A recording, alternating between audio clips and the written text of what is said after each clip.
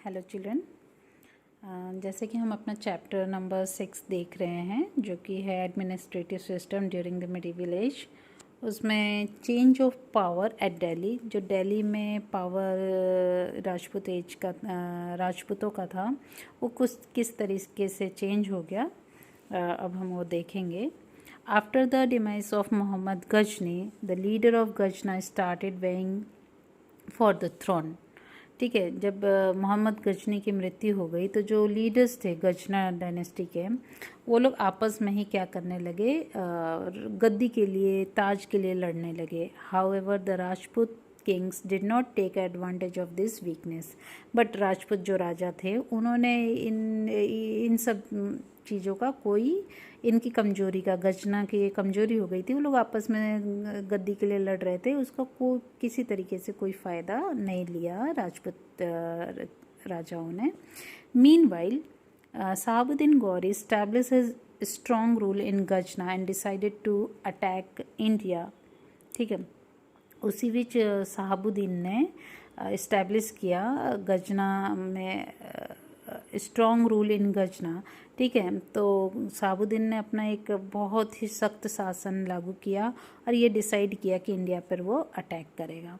His intention was not to loot but establish his rule here. तो शहाबुद्दीन का ये intention नहीं था कि भारत जाकर भारत पर आक्रमण करके उसको लूट लेना है, बल्कि उसका ये सोच थी कि यहाँ पर अपना शासन स्थापित करना है। Initially he wasn't successful, but शुरुआत में तो वो सक्सेस नहीं हुआ। He could not forget his defeat by queen Naiki Devi of Anhilwara Patan and therefore did not attack India for 12 years।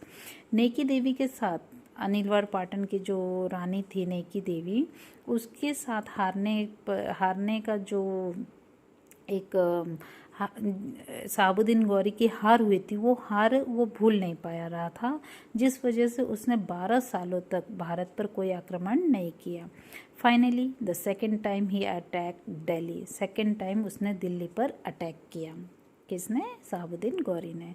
Prithviraj fought bravely but without any prior preparation or help from the other Rajput kings। Prithviraj जो थे उन्होंने बहुत ही बहादुरी के साथ लड़ाई की, but कोई भी तैयारी नहीं थी, जिस वजह से इनकी हार हो गई पृथ्वीराज की। With his defeat the Rajput rule came to an end in Delhi. तो पृथ्वीराज की हार के साथ ही राजपूत रूल का अंत हुआ दिल्ली में। As a result, Sahabuddin established his rule there and extended his kingdom। तो इस तरीके से शहाबुद्दीन ने अपना रूल लागू किया, वहाँ पर शासन लागू किया और अपने किंगडम को, साम्राज्य को बढ़ाया। After Shahabuddin his slave who was also his commander Qutubuddin Aibak ascended the throne। He was known as the founder of the slave dynasty। ठीक है, तो शहाबुद्दीन जो है, आफ्टर द शहाबुद्दीन के बाद जो शहाबुद्दीन का स्लेव था, गुलाम था, जो कमांडर भी था, जिसका नाम था कुतुबुद्दीन ऐबक, इसको अंडरलाइन करिएगा, उसने राजगद्दी संभाली और कुतुबुद्दीन ऐबक को ही कहा जाता है स्लेव डायनेस्टी का founder. With this Rajput rule came to an end in Delhi. तो इस तरीके से इसके साथ ही राजपूत रूल का अंत हो गया दिल्ली में। There was a change in the administration and society. तो इसके बाद राजपूत का तो अंत हो गया, राजपूत रूल का दिल्ली में। तो जो ये गजना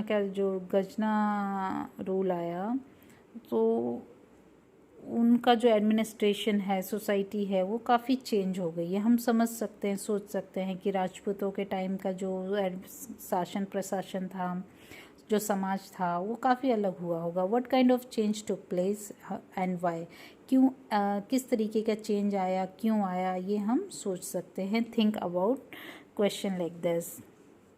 In place of valor and sacrifice, people started conspiring against each other for power। अभी जो लोग पहले बहादुरी से अपने देश के लिए प्राण त्याग देते थे, बहादुरी से लड़ते थे, वही लोग आज आपस में एक षड्यंत्र करने लगे, आपस में ही लड़ने लगे।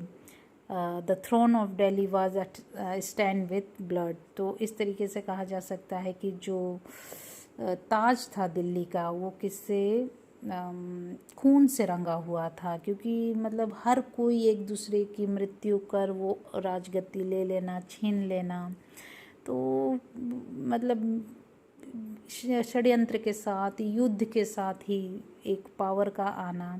तो इस तरीके से कहा जा सकता है कि दिल्ली का जो ताज है वो खून से रंगा हुआ है। तो यहाँ पर हमारे चैप्टर कंप्लीट होता है। आई होप कि आप लोग अच्छे से समझ गए होंगे। तो नेक्स्ट हम इसका PDF देखेंगे, रिटन वर्क स्टार्ट करेंगे, क्वेश्चन आंसर्स और अपना जो सेक्शन वाइज हम लेते हैं। तो थैंक यू।